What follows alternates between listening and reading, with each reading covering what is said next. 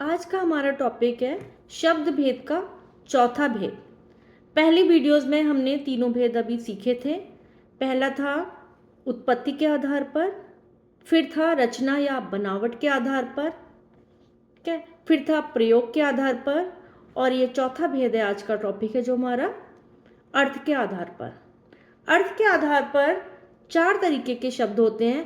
पहला है एकार्थी शब्द। एकार्थी शब्द जिन शब्दों का एक ही अर्थ होता है, एक ही अर्थ निकलता है, एकार्थी शब्द। जैसे पुरस्कार ले लो आप, सेवा, आत्मा, कुर्सी, मेज, एक ही अर्थ है इनका, एक ही मतलब निकलता है, ठीक है।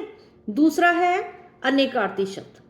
ऐसे शब्द जो जिनका एक से ज्यादा अर्थ निकलते हैं, ज्यादा मतलब। जैसे पर का मतलब पंख भी होगा, पर का मतलब परंतु भी हो सकता है, पर का मतलब उस पर या किसी पर भी हो सकता है, ठीक है। ऐसी कनक का मतलब है सोना या फिर धतूरा, अनेकार्थी शब्द। जल का मतलब है पानी या फिर जलना, है ना, इस तरह के शब्द। फिर है पर्यायवाची शब्द।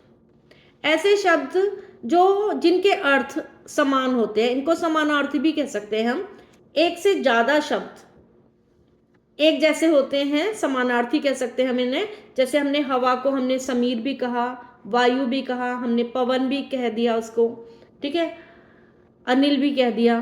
तो ये पर्यायवाची शब्द होते हैं जो एक ही चीज के एक से ज्यादा नाम होते हैं, समान उनका अर्थ होता है, समानार्थी शब्द भी हम कह सकते हैं। फिर है विलोम शब्द। विलोम शब्द ऐसे जिनके दोनों के अर्थ बिल्कुल ही विपरीत होते हैं, ऑपोजिट, जिन्हें आप इंग्लिश में कहते हैं, ठीक है, विपरीत अर्थ वाले। जैसे दिन रात, सुबह शाम, आजकल, सच्चा झूठा, दोषी निर्दोष, बहुत सारे शब्द आप पढ़ेंगे या आपने देखे भी होंगे अपनी बुक में।